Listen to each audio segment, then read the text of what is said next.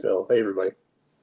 So we are live now. We had some technical difficulties trying to get this live stream up. It's not our first time doing live stream, but my computer doesn't like it, I think. Yeah, it's just like, this does not feel right. So this might be the last time we do live stream. No. We've been wanting to do it for a while. It's fun, but yeah, the computers weren't feeling it tonight. Yeah. So it's the last Friday of January, our first live stream of the new year, maybe our last. We'll see how this goes. Yeah, we do one live stream every year, and we're doing it early in the year this year. Just get it out of the way. Yeah. By the time we do our next one, they will have fixed the technology, so it won't be a problem. Or I might have gotten a new computer by then. Both good options.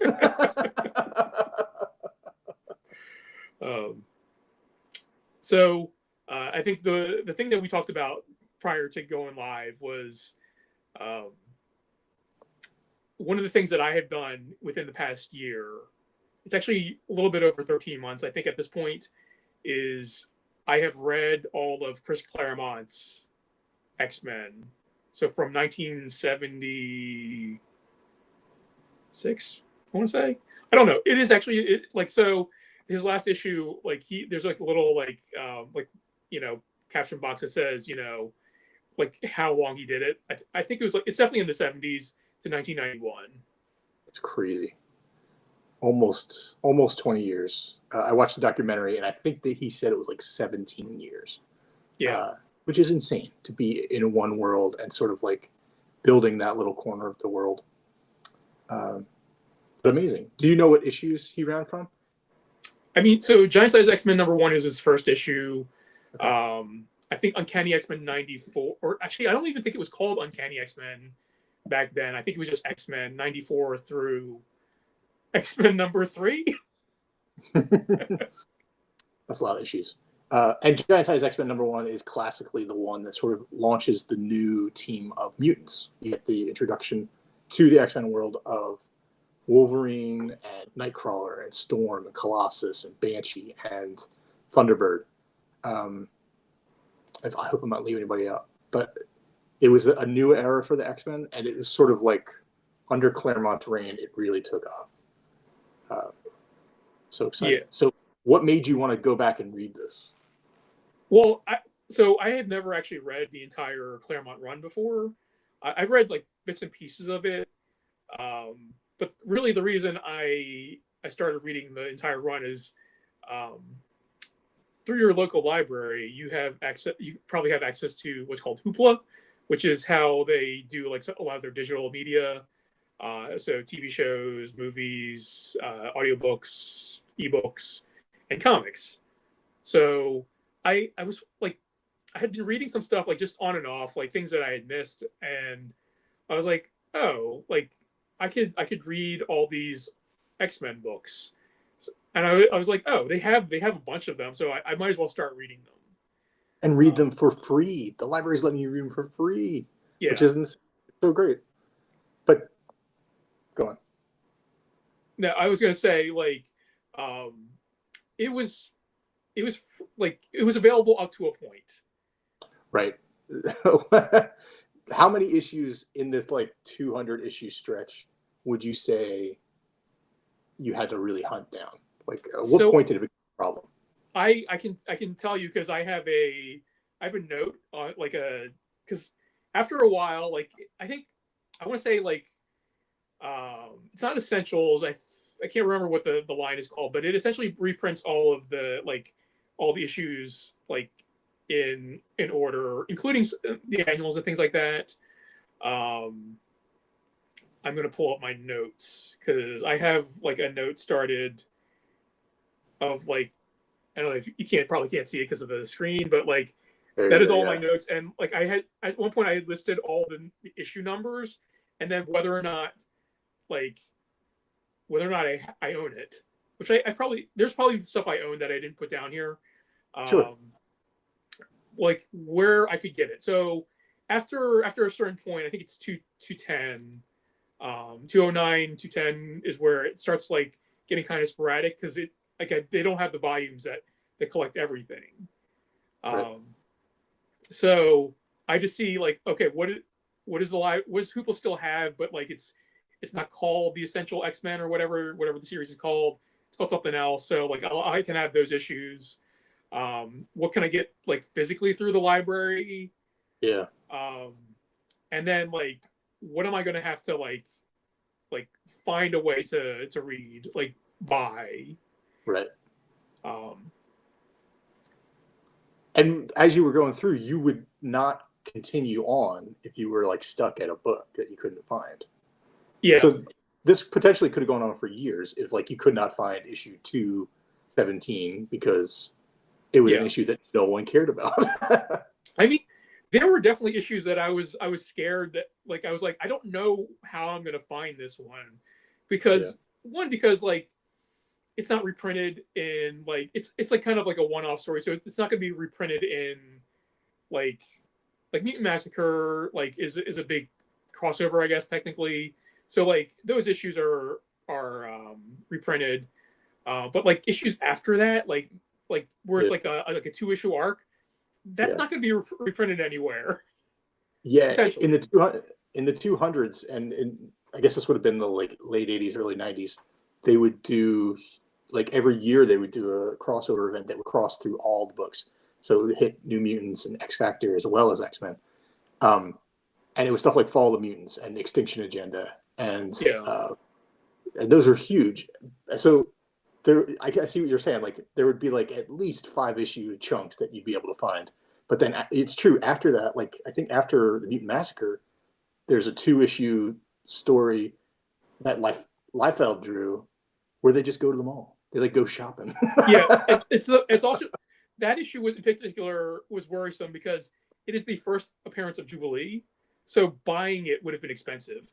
Right. Yeah. You're like, is there a reprint of this book? And they're like, no. Well, after a while, like I started getting like a little wily with it because like I was like, they may not have printed the that issue in its own like trade with other issues of X-Men, but there is a Wolverine and Jubilee trade I can get through Hoopla, which includes the first appearance of Jubilee. Includes it.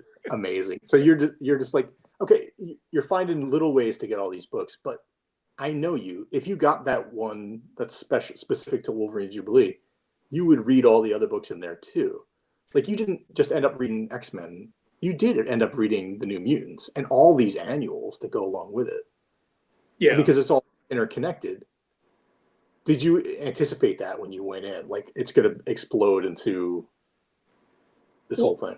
Well, the funny thing is, like, I actually did end up reading New Mutants, the entire run of New Mutants. Maybe not all the annuals, but like definitely all the regular issues. Partially because I got the second volume omnibus from Ollie's for like $30. So like I bought that before I was going to do my Claremont run, my Claremont read.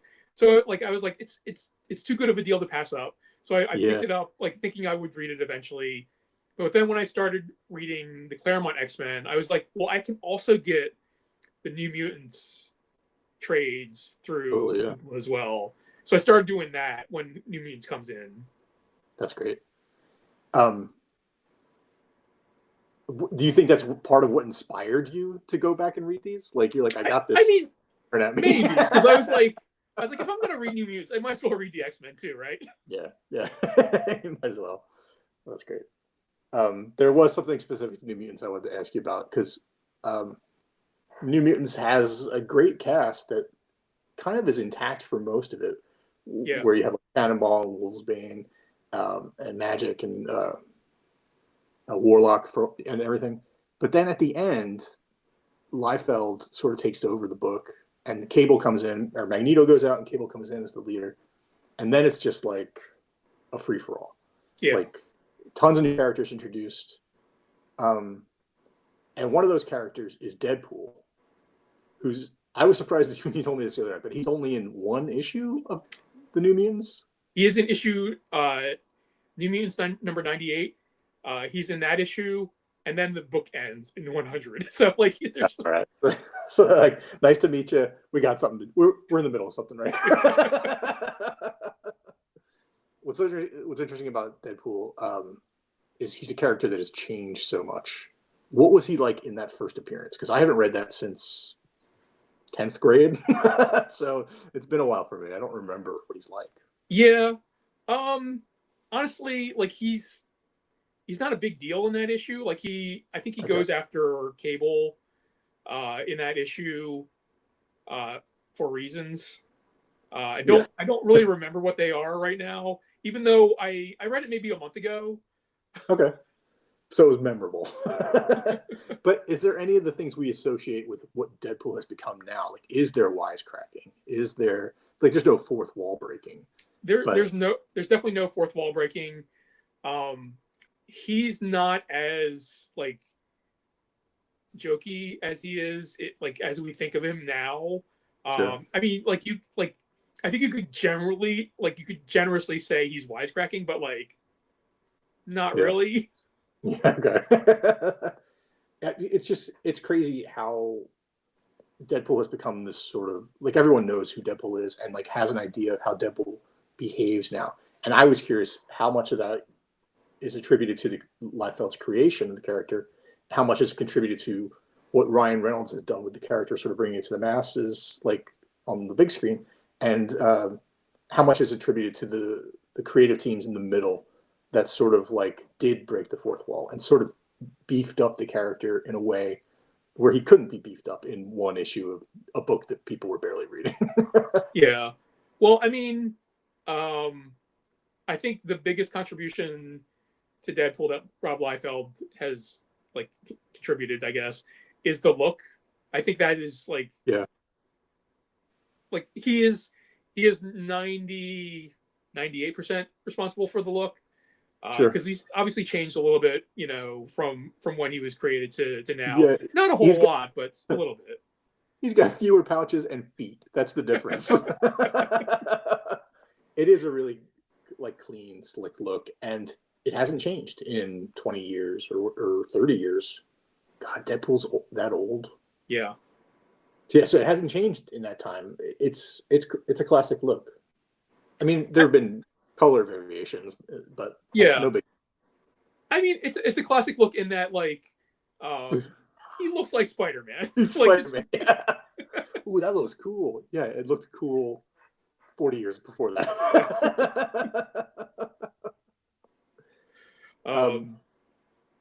Yeah. So in the Claremont run, what eras really stood out for you? What did you enjoy the most? Like looking back at it now that you finished it. I mean, I like overall, I really enjoyed, like, because growing up, I probably jumped in and out of X-Men. Like I got some issues, but not others. And like towards the end of Claremont's run is when I started picking it up regularly. Right. Because I definitely remember like the Jim Lee stuff. Yeah. I remember picking that stuff up. And then he was gone. Like it was like within a year he was gone. You know what I mean? Yeah. Like so. Yeah. I mean, that was a point where it was sort of mandatory to pick it up. It was the hottest book, and everyone was reading it, and it was just kind of like everyone that went in the comic book store wanted a copy of that month's issue of X-Men. Yeah. And it's true. Like, I watched the Claremont documentary, and I watched a documentary about the founding of Image Comics, and it was interesting to see how Claremont's perspective is kind of that these artists sort of gained popularity to the point where they were able to not push him out, but sort of just like do what they wanted with the book. To the point where he was like, I'm just going to leave. Yeah. But like, yeah, it's true. Like it took just a couple years for them to just sort of like take over. And you were telling me about it, like in the credits of the books, like you told me that like, what was it? Like all the artists were being credited as not writers, but like plotters or. Yeah. I definitely towards the end, like Jim Lee and Will Portacio are credited as plotters on X-Men. So it's funny because like Chris Claremont's run on Uncanny X-Men actually ends in the middle of an arc. They're like, here. This is where it stops. Well, like, so I have these books somewhere. It's the Muir Island saga. So like, what happens is they're fighting the Shadow King, and like all the like X Factor and the X-Men are like coming to fight him, and like I think if I remember correctly, one of the issues, like it's like plotted by Jim Lee. The funny thing is Jim Lee doesn't draw any of those issues. Oh, really? He's like, you want me to stay on this book? Like I think he's co-credited with plotting. Chris Claremont writes it. Then I think the next issue, it's written by Claremont and Fabian Nicieza, and then the last issue in that arc is written by Fabian Nicieza. Okay. And that's it for him on Uncanny. Yeah, like so, like oh, wow. that middle issue is where he dips out. Yeah, it's so crazy. Now, in defense of people that are glad he left, he was doing a lot. Like he introduces a lot of things that don't pay off. That era of the X-Men is very strange. Like still a little child at one point. Psylocke is, of course, reborn as an Asian ninja. Yeah. And a lot of the classic ideas of the X-Men are just gone. It's really them wandering around. It felt like a very unfocused era for him to go out on. Do you know what I mean? Well, so like, I don't know what the original plan for his run after. So like, you have the giant size X-Men era where it's the new team basically. At some point, Cyclops leaves, and then like Storm becomes the leader. Storm loses her powers, leaves, and then leaves, I think, Nightcrawler in charge. He's like, wait a minute, I don't want to be in charge. I think Nightcrawler gets hurt at some point. Actually, at the Mutant Massacre, he gets hurt. By the way, spoilers if you haven't read any of this stuff. Yeah. He gets hurt, so I think Wolverine is in charge at that point. That makes the least sense. But I mean, I know we like part of our growing up included the X-Men cartoon where he is, or even the X-Men movies where he's sort of like a teacher figure. Yeah. But even as a leader, even in the field of battle, makes no sense. Yeah. Like he's like, follow me, and they're like, you're going crazy. You are invulnerable. Like, you have a healing factor. Quick, let's run through this fire. It's like, I'm not running through that fire. Then Wolverine leaves. Actually, no. Like, so actually, I mean, so like there was I didn't read any of this stuff, but there was a part where Wolverine has his own book, and he's kind of not in X-Men a lot. That seems so crazy. Like, because he was just so popular, even 100 issues before Claremont left. Yeah. But then Psylocke is in charge. Psylocke's in charge? Wait. Yeah. British Butterfly Psylocke or British Butterfly Psylocke. So like, get out of here.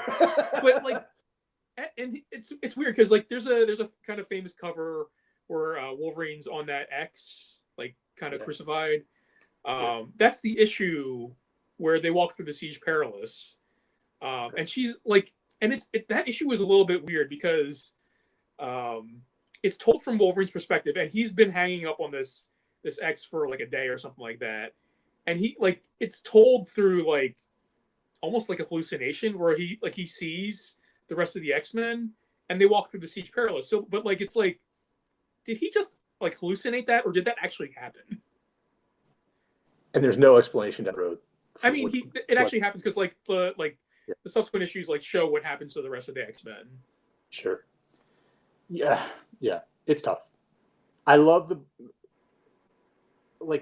it's tough for me to put the pieces together because when I first started collecting comics, X-Men was one of the comics that I zoomed in on and was like, all right, this is one of my jams.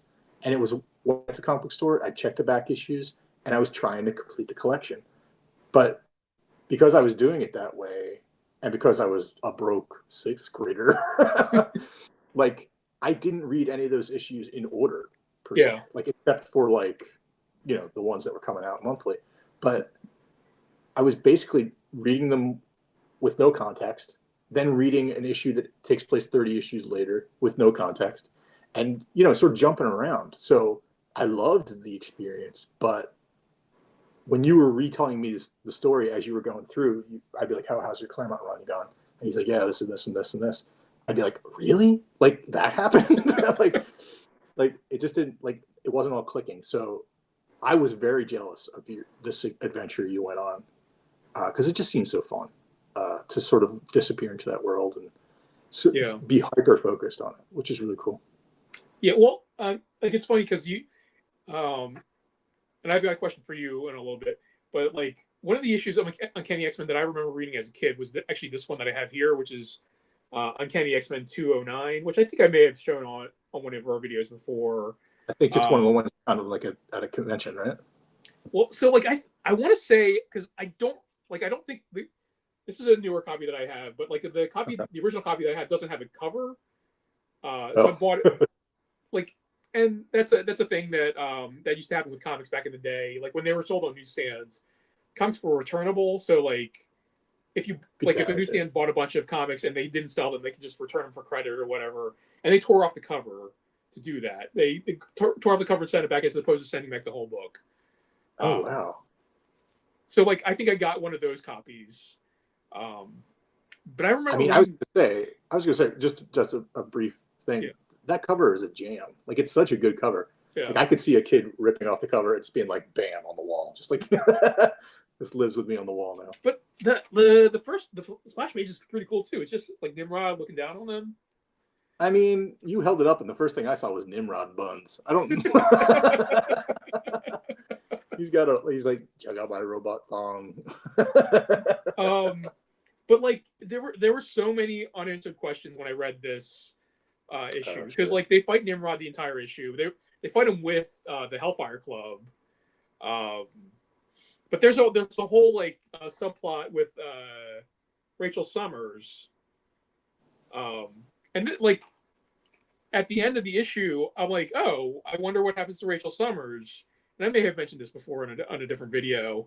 I was like, oh, I'll just whenever I get a chance, I'll buy 210 and figure out what happens. But it's not in 210. Yeah. Oh, but it's in 211, right? She's not in the book for the rest of the run, I think. They don't even talk about her. It's funny though. She does appear in an X-Men annual when she's with Excalibur. Yeah. I mean, she's Excalibur. Like, what must it have been like then? It's like, who decided who's still in the X-Men? Because the X-Men at that point were like Rogue and Dazzler and Psylocke and Colossus, Havoc and Wolverine. But like Longshot. Who then decided? Don't forget Longshot. Of course. How could I? But then who decided who goes to Excalibur? I mean, Nightcrawler, Kitty makes sense, but like Phoenix is a wild character. She's like, I mean, she's like a bomb. She's like a nuclear bomb. She's insanely powerful. So to have her there, like, whose idea was it? It must have been Claremont's, right? Yeah, I think it was Claremont's. But here's the thing that I thought was funny. So the reason why Kitty Pryde and Nightcrawler are in the UK is because both of them get hurt during the Mutant Massacre.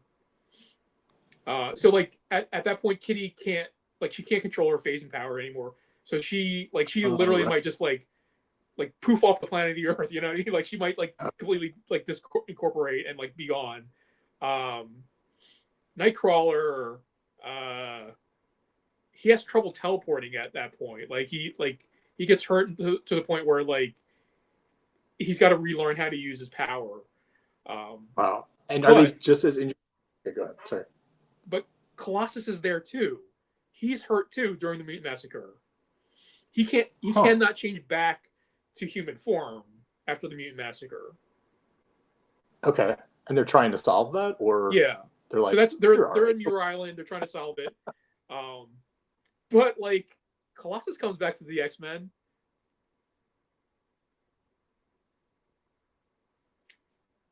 Yeah.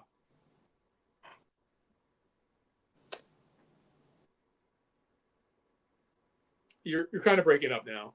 Claremont. Oh, I am? Or okay, Yeah, sorry. a little bit, yeah. Sorry. Can you hear me okay now? I can hear you now. All right. Of all I who worked the best with Claremont?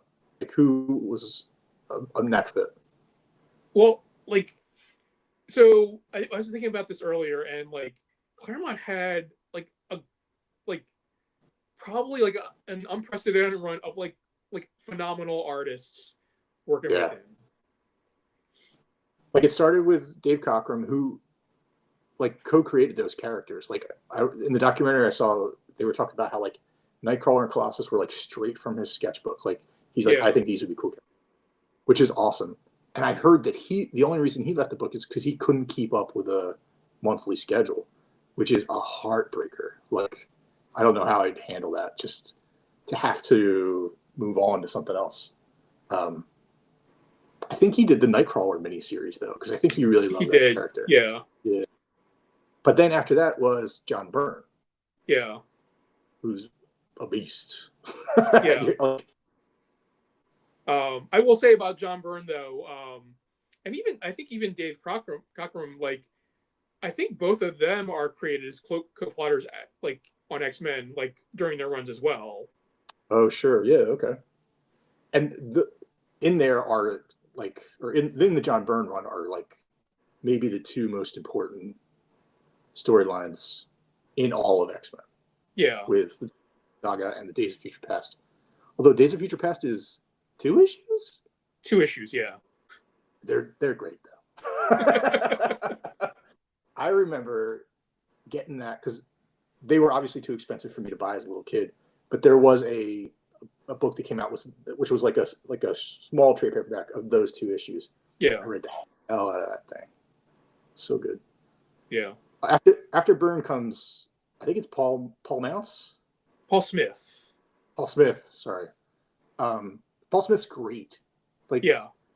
So clean, so simple, but he really captures the characters as much in action as he does like casually just around the X-Mansion. I loved his run. That whole era felt so good. I think Paul Mounts might be my favorite X-Men artist in the run, and that includes like people like Byrne, like Jim Lee, like Silvestri. Like I think if I could have more of one X-Men artist, it would be Paul Smith. Amazing, yeah, that's great.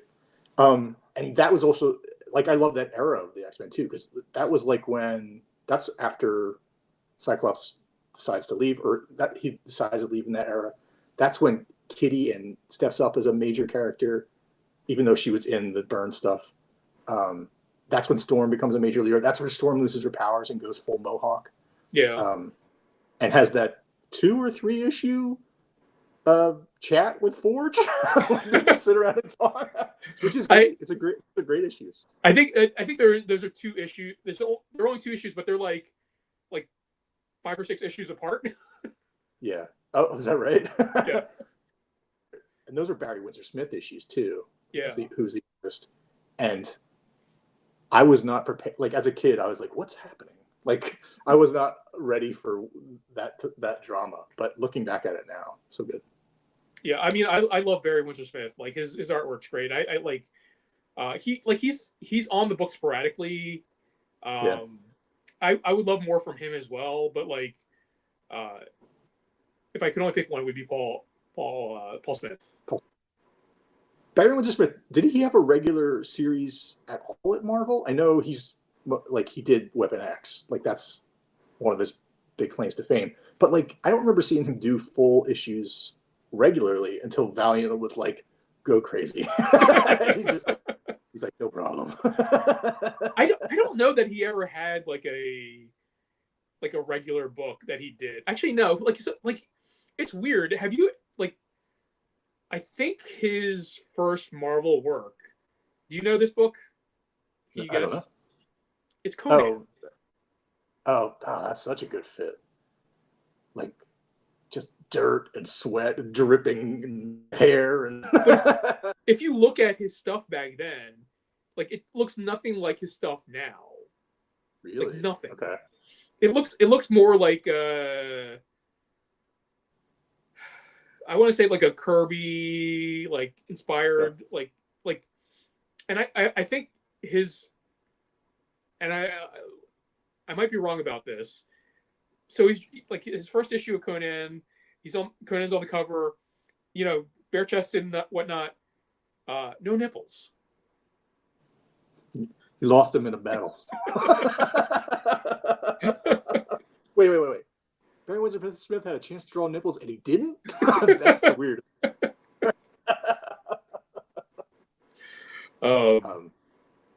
After that, it's in the 200s you get Jim Lee towards the end, and you get Joe Madureira, who was so big that like no one cared about the story. It was just like that Joe Madureira is on the X-Men book after Claremont leaves. Okay. All right. So in between you have like John Romita Jr. Right, which is good. I like Romita Jr. It's weird. Like his stuff has definitely changed over the years. Like he's definitely got his own distinct style now, but I feel like back then it felt like he was trying to be Paul Smith. Oh, why not? We both loved him. Yeah.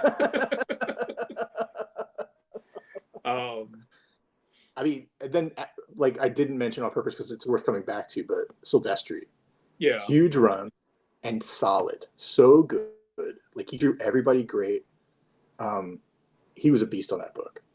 And I don't know that he gets enough credit for it.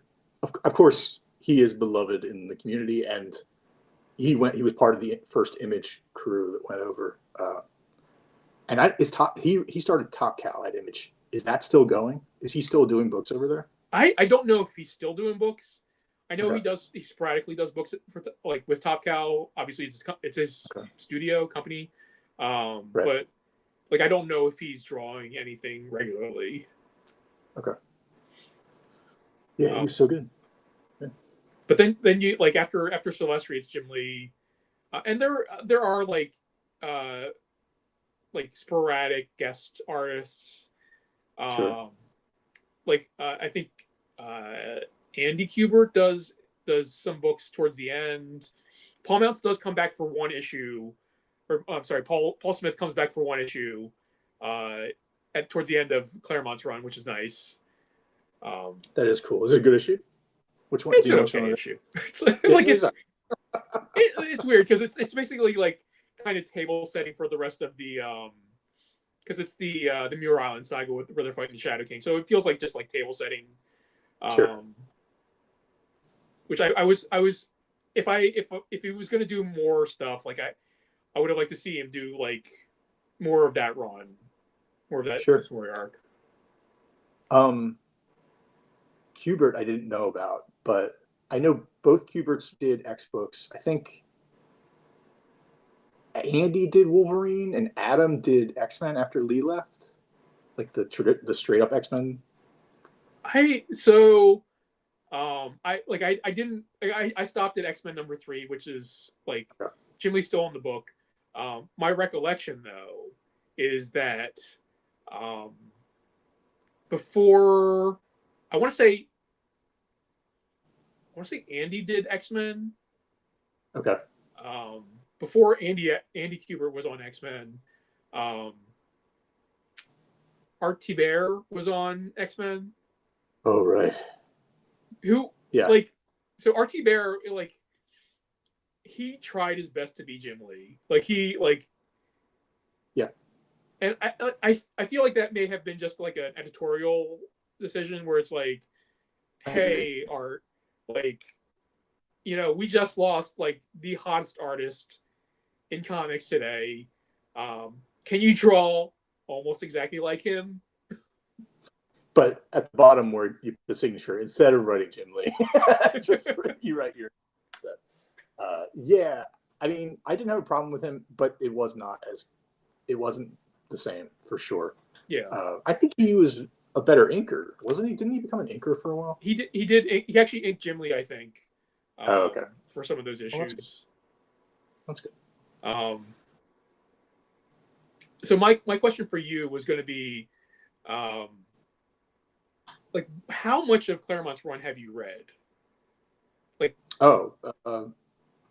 so I read everything from Giant Size X-Men through I read all of it. Okay. Because I read those X-Men issues, and I read past that in Uncanny too. But like I said earlier, skipping all over the place. If I do have a hole where I'm missing an issue, it's going to be somewhere in the 105, 106 area, something like that. But certainly Giant Size X-Men, one, and then everything from John Byrne up. And I think I own all that. Like, I have those single issues, everything from John Byrne up through past when Bishop shows up and whatever it is. Yeah, past, yeah.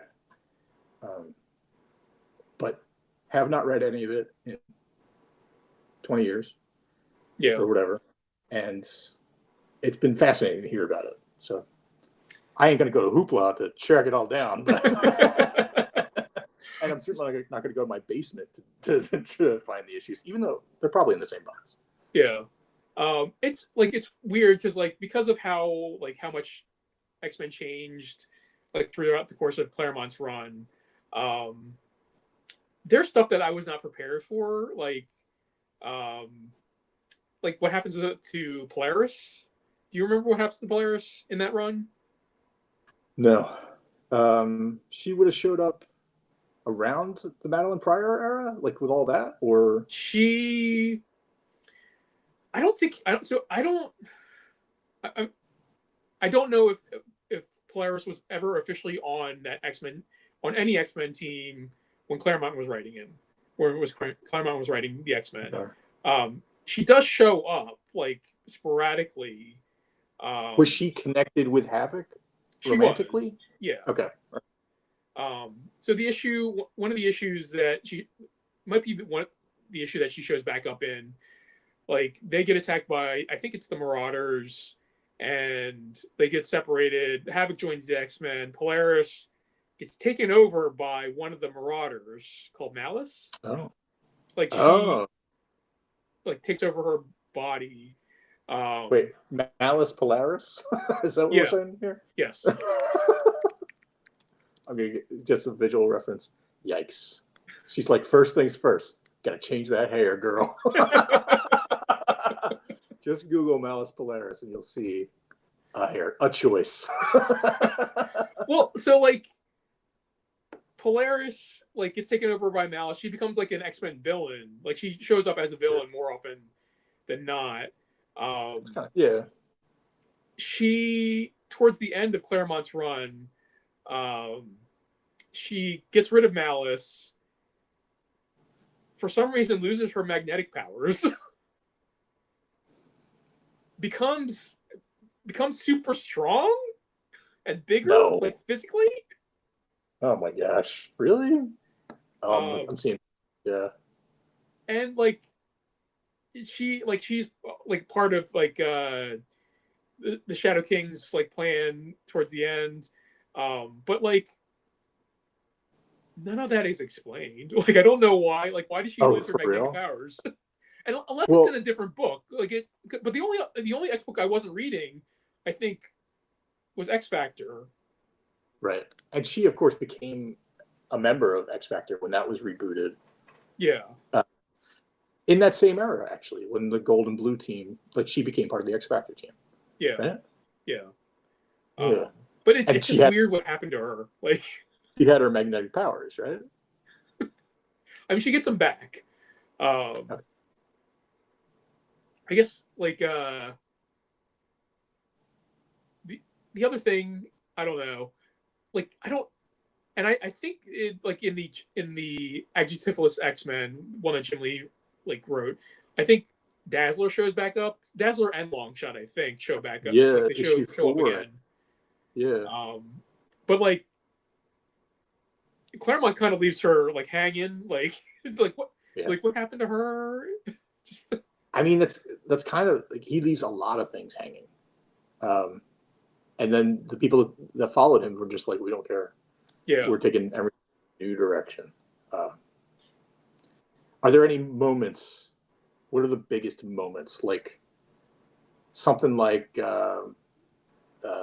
Bishop coming back and he has that message from Jean Grey from the future, or I remember that being a huge deal.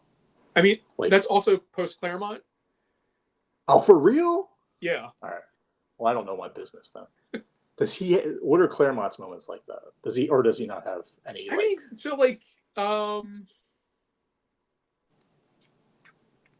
mean, obviously, it's the bigger like arcs, like Dark Phoenix and Days of Future Past. I think those are always going to be classics. I think probably, and like when I was starting to read this arc, I was like, I'm not really into this, but I got into it towards the end, which is the Brood arc.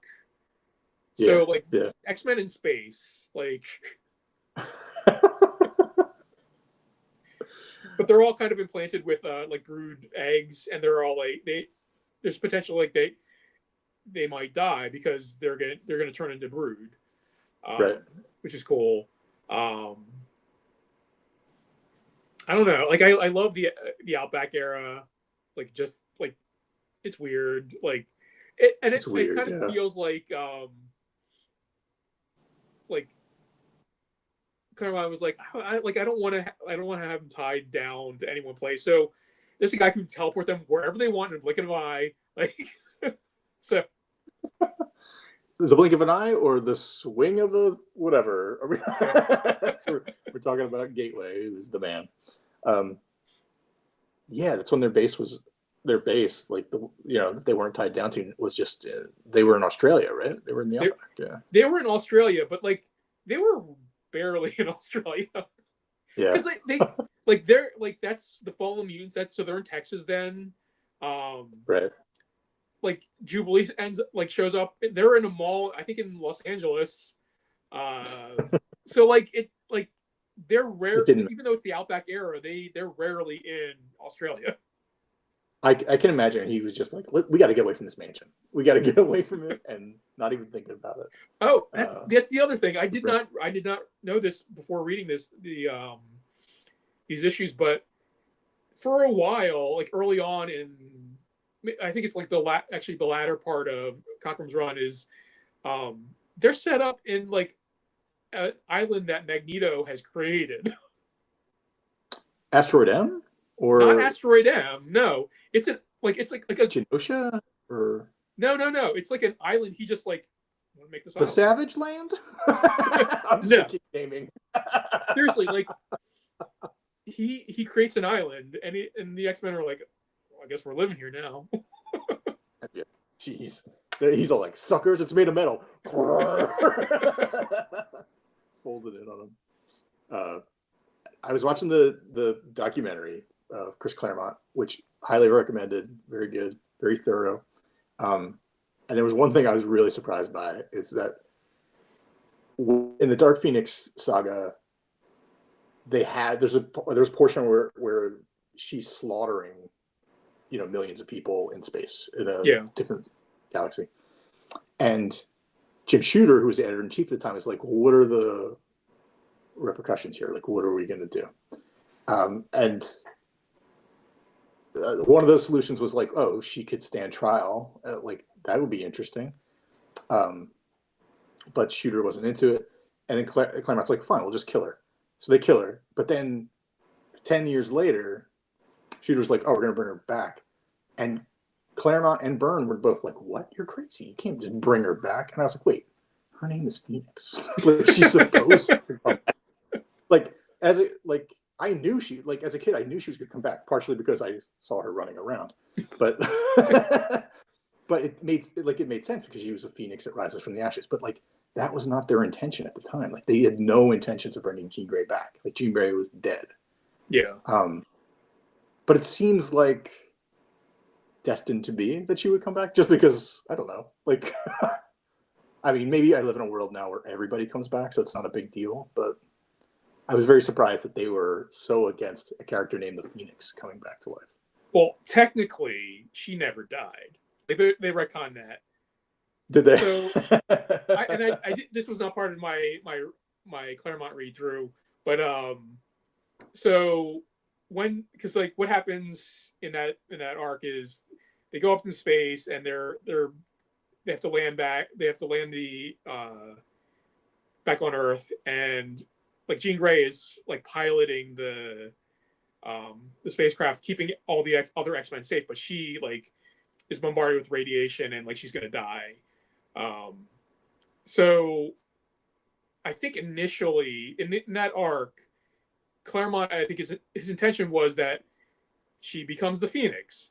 She like, and everything else that happens in that, and like from then until the end of Dark Phoenix. So that was supposed to be Jean Grey, but they like when they actually bring her back in, I mean, she's a X-Factor #1. I think it was maybe in like an Avengers issue, or maybe Fantastic Four issue. Oh, maybe, yeah. So they find Jean Grey at the bottom of the Hudson River. So like at the bottom, it's gross. Yeah, she's getting all new superpowers down there. But like they retconned it so that it was never Jean Grey in the first place who became the Phoenix. It was like Phoenix like becoming Jean Grey, like as like a physical manifestation of the Phoenix. So that's yeah, worse. So that's how they got around with like not necessarily like resurrecting Jean Grey, but like never killing her in the first place, I guess. Yeah. They're like, we're not wrong, you're wrong. All right, so we're gonna wrap it up in a little bit. Real quick though, favorite X-Men costumes for you? I mean, come on. It begins and ends with Nightcrawler. It's perfect. His costume is perfect. It never should have been changed. I mean, it's the only one that makes sense. Honorable mentions, of course, Wolverine, but not the one you're thinking. It's the brown and orange one, all day and every day. I mean, that is my preferred Wolverine costume. For sure. But we have Jim Lee to thank for the yellow and blue, because like even though X-Men 1 through 3, I think he's wearing the brown costume. I think he's in the blue and yellow X-Men #4 because, okay. Cool. And I think this was one of the reasons why Chris Claremont left is Jim Lee's a huge fan of the Claremont's early stuff, like the Byrne stuff, and he's like, I always wanted to draw the blue and yellows, but what is this brown costume?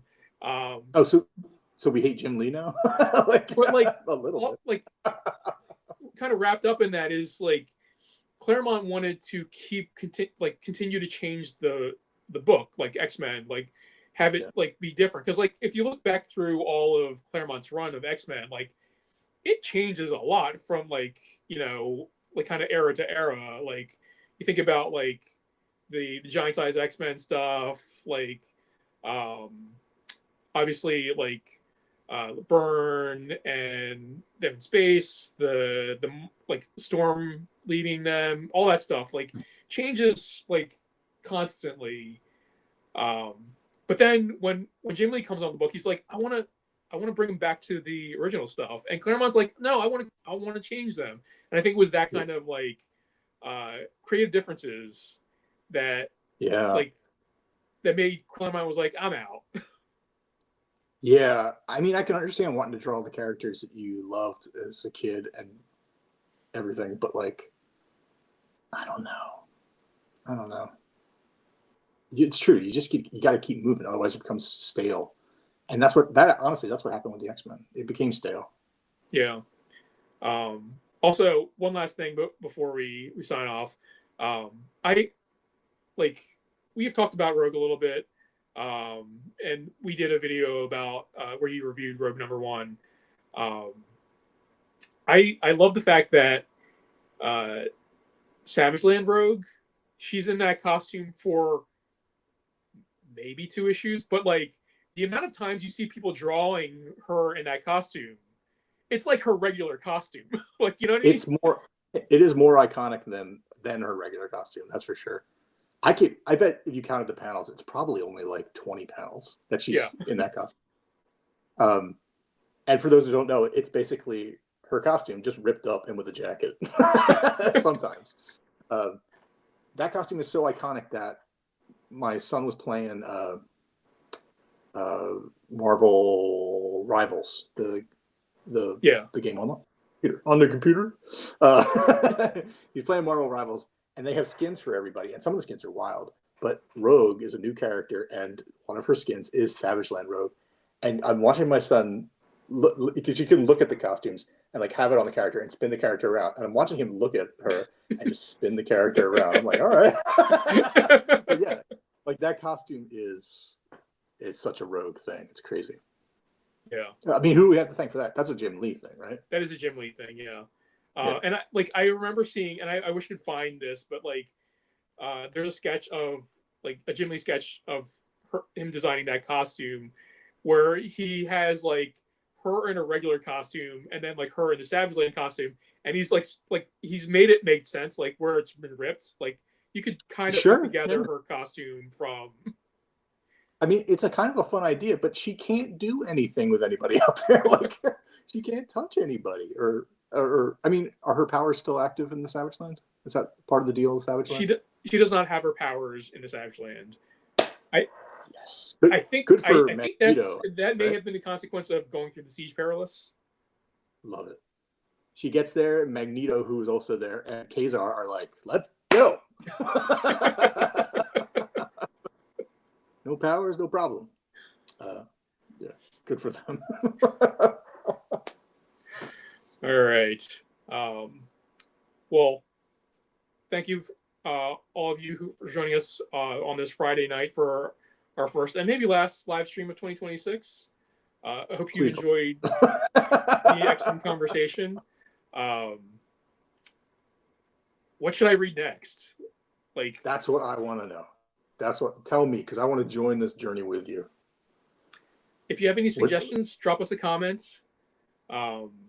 Give this video a like if you're watching it after the fact. And we'll catch you all in the next one.